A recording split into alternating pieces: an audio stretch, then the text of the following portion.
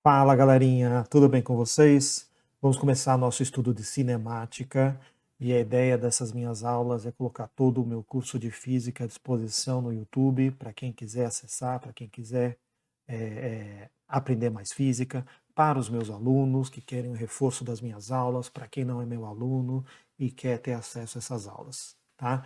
Então hoje a gente vai falar sobre cinemática, conceitos iniciais, é o iniciozinho da física. Está começando e a gente vai ver todo o curso de física no decorrer dessas aulas todas aí, tá bom?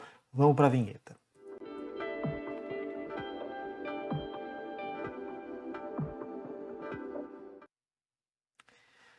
Muito bem, galerinha. Conceitos iniciais. Vamos começar então. O nosso curso ele começa com esse senhor aí, Galileu Galilei, que viveu entre 1564 até 1642. O Brasil estava ali sendo no início da colonização e esse senhor aí, um italiano, desenvolvendo o estudo da física, o estudo da cinemática. O que ele estava querendo entender? O que estava em tema na época, o que estava mais forte, a busca de conhecimento dos cientistas da época era o movimento dos planetas. Eles queriam entender como é que era o sistema solar. Tinha lá o modelo geocêntrico, de que a Terra estava parada, tinha o modelo heliocêntrico, de que o Sol estava no centro e os planetas em movimento. Então eles estavam querendo entender isso daí, como é que é o sistema solar. E o Galileu Galilei teve uma ideia legal. Para a gente poder entender o movimento dos corpos, vamos começar entendendo o movimento dos objetos aqui na Terra, para a gente poder entender melhor o movimento dos objetos no céu. Tá? Então aí está a definição de cinemática. A cinemática é o estudo do movimento dos corpos, sem preocupar-se com as causas desse movimento. Aqui tem uma questão bem simples, né? Mas é interessante a gente refletir um pouco, que é o seguinte: não é que o Galileu Galilei não queria se preocupar com as causas, é que ele não conseguiu chegar lá no entendimento das causas. Tá? Então, o máximo que ele fez foi uma descrição, entender melhor de forma descritiva e usando uma ferramenta nova na ciência, que era o uso da matemática como uma comprovação das ideias científicas. Antes se usava muito a filosofia, o pensamento livre, aí agora não, vamos usar a matemática para entender os fenômenos científicos, os fenômenos físicos. Então, essa é a grande contribuição desse nosso mestre, Galileu Galilei, que é entender o movimento dos objetos usando ferramentas matemáticas. Esse é o objetivo da cinemática. Né? E como é que ele fez esse estudo? Ele fez, como tem nessa figura aí, uma rampa, bolinhas, ele ia soltando, tinha vários auxiliares, principalmente jovens, e tinha pequenas sinetinhas no decorrer dessa rampa, em que o tempo em que ele escutava o barulho dessas sinetas era uma medida de contagem de tempo para ele. Lembra que naquela época não tinha medidores de tempo muito precisos, né? Então você tinha, ele contava tempo, na verdade, com o fluxo de água de um tanque e tal, então pelo volume que fluía, ele tinha uma noção desse tempo que transcorria do movimento. Esse é o nosso estudo inicial, é o movimento estudado pelo Galileu Galilei e seus auxiliares, usando rampas e bolinhas em movimento. Com isso, ele vai conseguir entender muita coisa do movimento, tá? Muitos detalhes, com introdução de ferramentas matemáticas, com equações, é uma coisa bem legal, bem bacana. Vamos então para o próximo slide.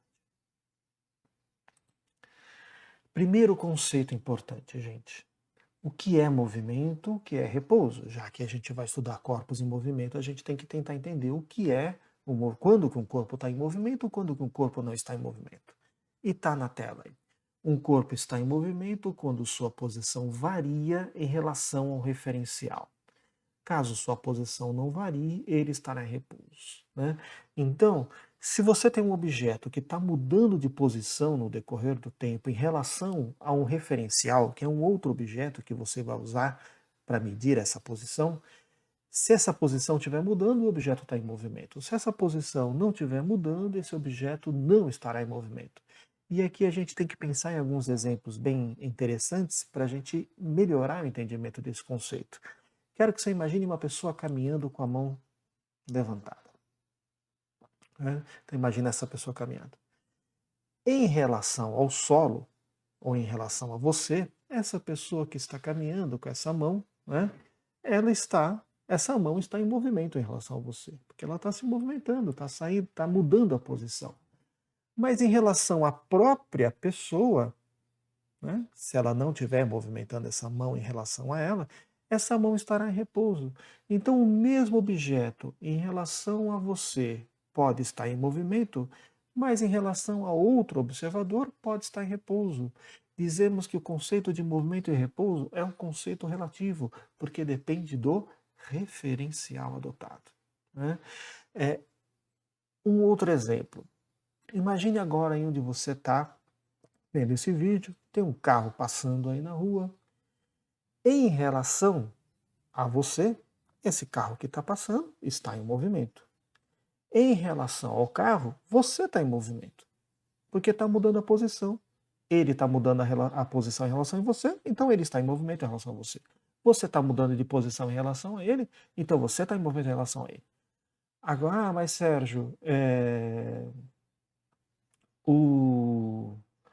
eu estou parado e o carro que está em movimento. É porque intuitivamente você está usando o chão como referencial. Então, realmente, em relação ao chão, você está em repouso. Né? Se você estiver assistindo isso aqui num computador, alguma coisa assim, estiver num ambiente em repouso em relação ao sol. Agora, em relação ao chão, o carro que está passando pela rua está em movimento. Mas você, em relação a ele está mudando de posição em relação a você e você está mudando de posição em relação a ele, então você está em movimento em relação a ele está em movimento em relação a você. É um movimento que é para um e para o outro também. E se um objeto está em repouso em relação ao outro, também estará em relação ao primeiro. Né? Então, por exemplo, essa tela que você está vendo essa aula, a menos que você esteja movimentando ela, você está em repouso em relação a ela e ela está em repouso em relação a você. Vamos pegar mais um exemplo, né? O exemplo aí da Terra em volta do Sol. Você, nesse exato momento, está em movimento em relação ao Sol, porque o Sol está girando em volta da Terra. Né? Mas você, em relação à Terra, está em repouso, porque você não está mudando de posição em relação a ela.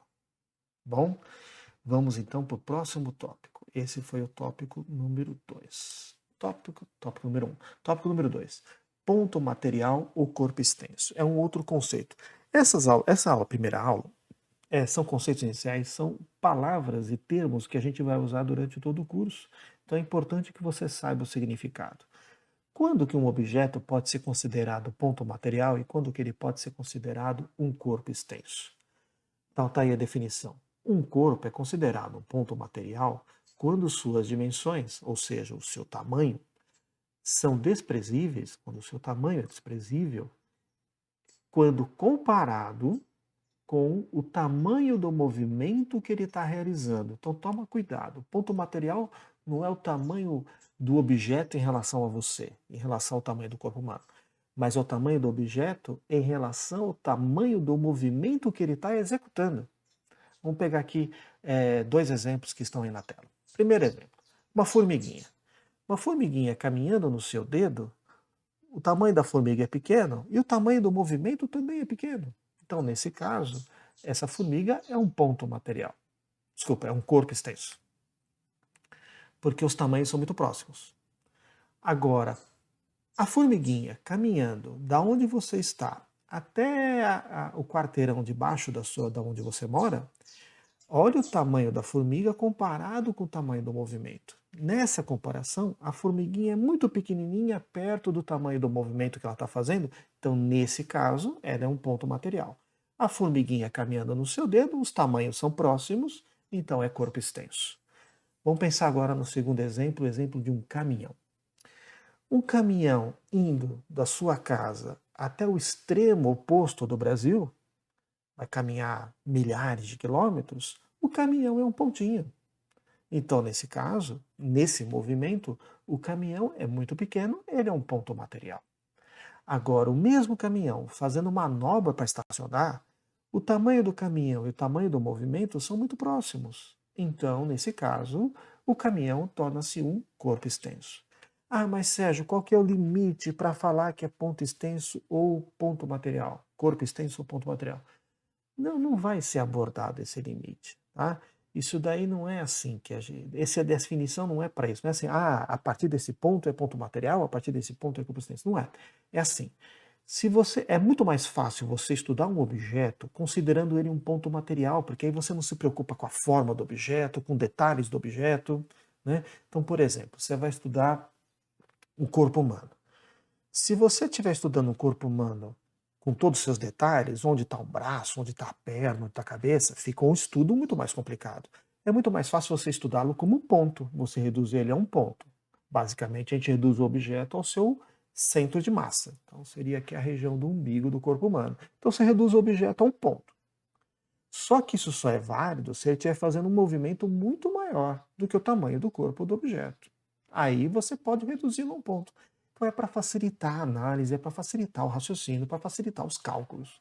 Ah, mas Sérgio, eu quero estudar como o corpo extenso. Aí você vai ter que levar em conta o tamanho do objeto, o formato dele. Aí já são estudos mais aprofundados, mais detalhados, mais elaborados e mais complexos. Dá para fazer isso também, a gente faz isso. Só que, como primeira simplificação, a gente reduz o corpo a um ponto, desde que ele esteja fazendo um movimento muito grande. Tá bom? Essa que é a ideia. Muito bem.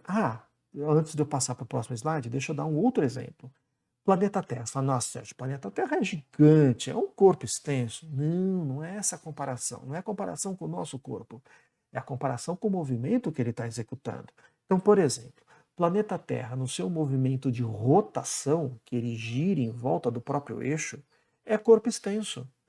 Porque o tamanho do movimento e o tamanho do corpo são iguais.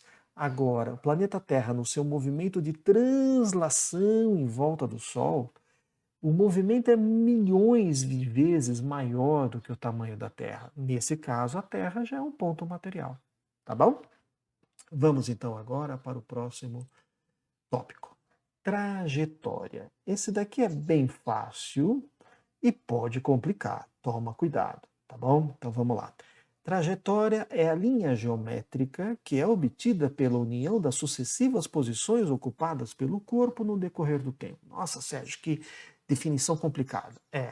Vamos dar uma traduzida? Sempre que eu der uma traduzida, eu vou dar uma simplificada. Né? Quanto mais simplificar, corre o risco de ficar fora da definição mais formal. Tá? Mas é mais fácil para a gente entender. Essa aqui é a ideia. Né? Então, trajetória é assim.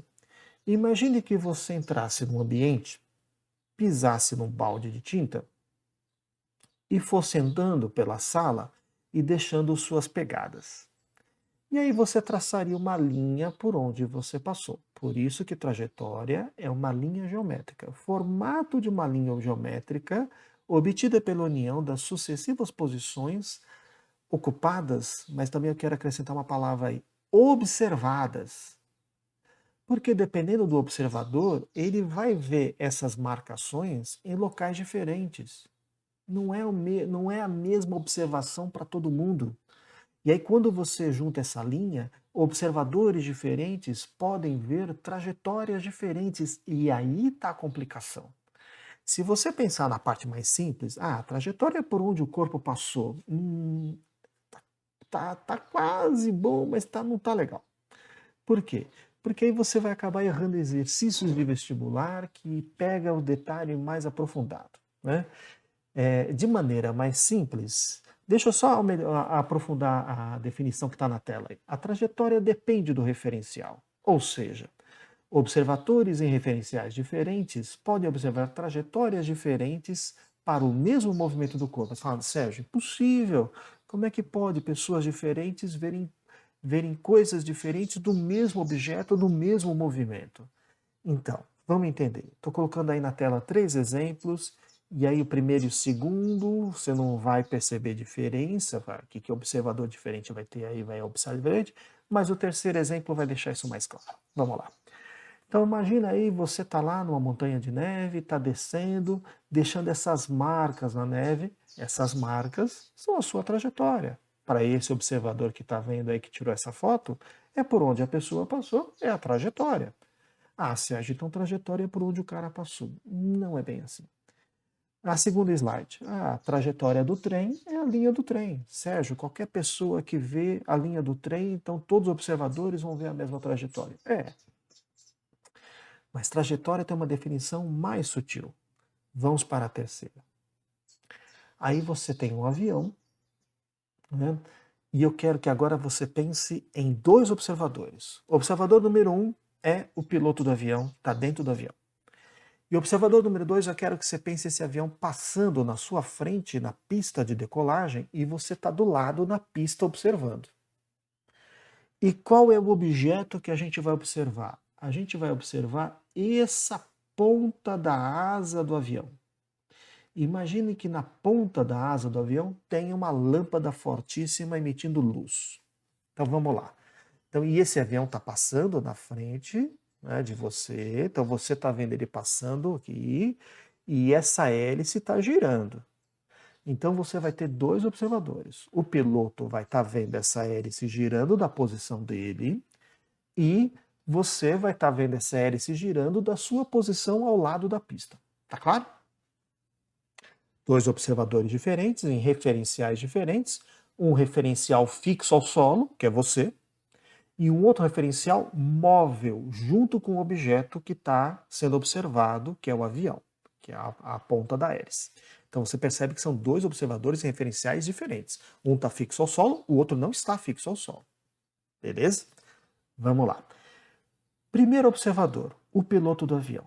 Então imagina lá agora que você está dentro do avião vendo aquela hélice girando. Qual é a trajetória que você está vendo dessa ponta da hélice?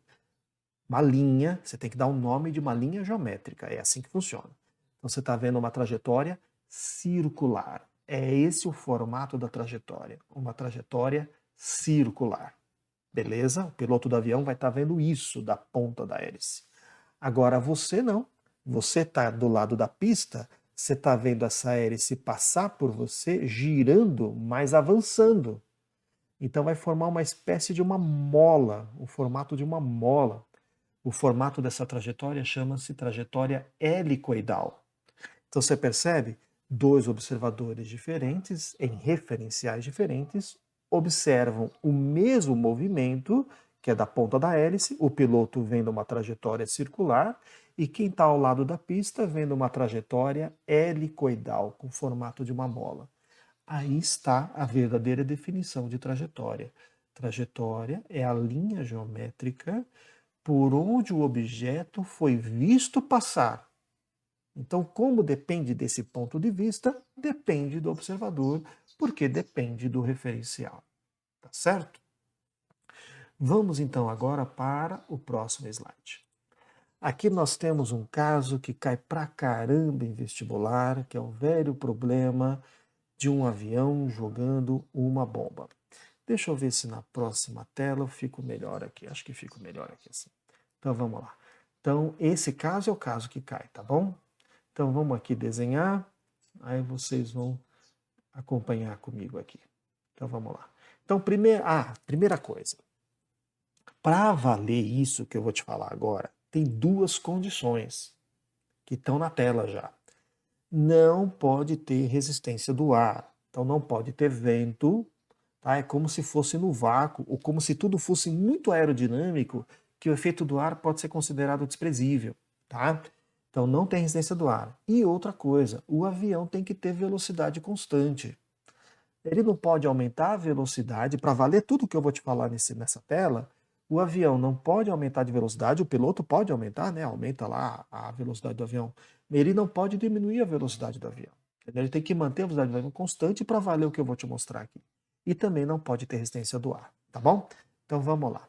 Na primeira tela, então faz de conta que temos dois observadores. Esqueci de falar quais são os dois observadores. Deixa eu aqui desenhar aqui, não está na tela desenhado.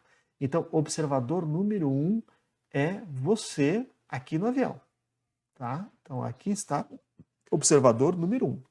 Observador número 2 é uma pessoa que está aqui, né? Oh, figura mal desenhada da pessoa. Deixa eu ver se eu consigo desenhar um pouquinho melhor, né? É uma figurinha que está aqui, ó. Uma pessoa que está aqui observando aqui no sol. Muito bem. Vamos então agora o momento em que você é o piloto do avião, quer atingir essa casa. Você sabe que não adianta soltar a bomba sobre a casa, porque um pouco de noção de física você tem, você conhece um pouco de inércia, você sabe que um corpo em movimento continua em movimento, então você tem que soltar essa bomba antes da casa, tá? Então você é o observador número 1, tá no alto dessa, tá lá no avião, observando, tá? Faz de conta que aqui a parte de baixo do avião tem uma janelinha para você observar a bomba. E aqui essa primeira foto é no exato momento em que você solta a bomba, tá? Aqui está a bomba.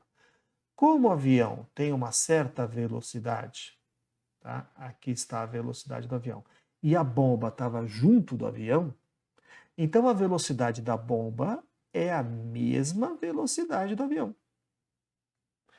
Reparou agora que nós temos dois observadores referenciais muito diferentes? Observador número 1, você, dentro do avião, em movimento junto com o objeto, que é a bomba, né? Com a mesma velocidade. Tá? Então, em movimento em relação ao solo, com a mesma velocidade da bomba. Observador número 2, eu não sinalizei aqui, deixa eu sinalizar. Observador número 2 é o observador que está em repouso em relação ao solo. Então, nós temos dois observadores diferentes. Observador número 1, você dentro do avião, em movimento em relação ao solo. Observador número 2, sou eu, ali no solo, em repouso em relação ao solo. Cada um de nós vamos observar trajetórias muito diferentes. Então vamos lá. Então, primeira foto, a bomba acabou de ser lançada ali do avião. Vamos ver agora a segunda foto, como a velocidade é a mesma. Lembra que o avião não vai mudar de velocidade, não tem resistência do ar, então a bomba também não vai mudar de velocidade. Então, se a bomba avança 200 metros, o avião também avança 200 metros, então a bomba vai continuar embaixo do avião. Só que com uma pequena diferença, como tem a gravidade, vai puxar ela um pouquinho para baixo, certo? Conforme o tempo vai passando, se o avião avança mais 200 metros, a bomba também vai avançar mais 200 metros, mas a bomba vai ser atraída para o solo por causa da gravidade. Então a bomba está executando dois movimentos, um movimento horizontal, com velocidade constante por causa da inércia, e um movimento vertical acelerado por causa da gravidade. Quando o avião estiver mais ou menos sobre a fábrica, sobre o alvo, né, aí sim a bomba vai atingir o alvo. Muito bem. Então vamos agora ver as duas trajetórias possíveis. Vamos pegar aqui o que você está vendo. Você está dentro do avião. Foto número 1, você vê a bomba embaixo de você. Foto número 2, você continua vendo a bomba embaixo de você. Foto número 3, a bomba que estava aqui, agora estava aqui e agora ela está aqui. Então o que você está vendo? A bomba se afastando de você, você está olhando para baixo, a bomba se afastando de você, cada vez mais longe, mas seguindo essa trajetória vermelha. Lembre-se que trajetória é o nome de uma linha. Qual é o nome dessa linha que você liga esses pontos? É uma reta. Então, para quem está no referencial móvel, junto com a bomba, está observando uma reta. Agora vamos ver qual vai ser a trajetória observada para quem está no referencial fixo ao solo. Então, primeiro, aqui vai ser difícil fazer um desenho bonitinho, por causa aqui da habilidade da caneta. Eu vou tentar, tá bom? Depois, o próximo slide tem uma figura melhor, tá bom? Então, vamos agora ligar os pontos que eu estou vendo, eu que estou parado aqui em relação ao solo. Primeiramente, eu vi essa bomba nesse ponto. Depois, eu estou vendo a bomba nesse local. Depois, nesse outro local. E depois, nesse outro local. Eu vou ligar esses pontos aqui. Vamos pegar aqui uma cor azul. Aqui está a trajetória da bomba vista por mim. E quando você faz essa trajetória bem desenhadinha aqui, o nome dessa trajetória é parábola. Parábola. Então, meus amigos, agora para o vestibular ou para a sua prova, para quem está no referencial móvel, que você que está lá no avião, vai ver uma reta. E para quem está no referencial fixo ao solo, vai ver uma parábola. Tá bom? Vamos agora para o próximo slide, em que você vai ver uma figura melhorzinha, né? Então aqui está o formato de uma parábola, bem desenhadinha. Ninguém pode falar que não conhece o que é uma parábola. Toda vez que você joga um objeto próximo ao solo, você joga uma pedra, você vai ver uma trajetória parabólica, tá? Toda vez que você vê quando os rapazes vão no banheiro, vão fazer o número 1, a trajetória é uma parábola. Isso é super fácil de conhecer. Se você pegar um giz ali na frente da lousa e jogar esse giz, você, para quem está parado, vai observar uma trajetória parabólica. Inevitável, uma trajetória muito fácil, muito conhecida. Quem está no referencial fixo ao solo vai ver uma parábola. Quem está no referencial móvel vai ver uma reta. Beleza, gente? Vamos então agora, vou mostrar para vocês um vídeo bem interessante em que mostra justamente uma bomba sendo lançada de avião na época da Segunda Guerra, em que eram bombas que caíam só pela gravidade, como nesse caso aí, tá bom? Vamos ver isso daí, eu vou fazendo alguns comentários para vocês. Então vamos lá, então você está vendo aí alguns aviões, acho que o volume está bem baixinho, né? Então eles vão em comboio, aqui tem a câmera filmando, e aí tá os aviões, tem uma pessoa dentro do avião responsável por verificar se é o momento, olha lá, está vendo o alvo, isso aí está bem antes do alvo chegar, então tem câmeras, olha lá as bombas soltando, eu vou dar uma pausa aqui para você ver, ó, tá? Com uma trajetória retilínea que é vista claramente, tá? Lógico que no mundo real tem efeito do ar, então você vê aqui que elas vão ficando aqui um pouquinho para trás, não está uma linha reta perfeita, porque tem resistência do ar. No vestibular não cai isso, então vai ficar retinho, bonitinho, tá bom? Vamos continuar o vídeo aqui, as bombas vão caindo, olha lá, tá aqui ó, o efeito do ar claramente, cada bomba vai um pouquinho para lá, um pouquinho para cá, né, o vento, né? E aí depois de algum tempo, essas bombas atingem o alvo. Tem uma câmera agora que vai mostrar bem de cima, olha lá a bomba caindo, olha lá, bem apontando para baixo e atinge o alvo, né? E todas as consequências de bombas e tudo mais, que isso aí, né? Bom, se você está acompanhando esse vídeo até agora, é porque você está gostando da minha aula e eu não me apresentei no início, vou apresentar agora, né? Meu nome é Sérgio. Se você quiser, me acompanhe aí no Instagram, me acompanhe aí no meu canal Física Mega Power, se inscreva no meu canal. E eu gostaria que você divulgasse esse vídeo, esse meu curso de física, para os amigos da sua sala, para o pessoal que você estuda, para divulgar o meu canal e ele ficar mais, um algoritmo tal, e poder ter o maior alcance, tá bom?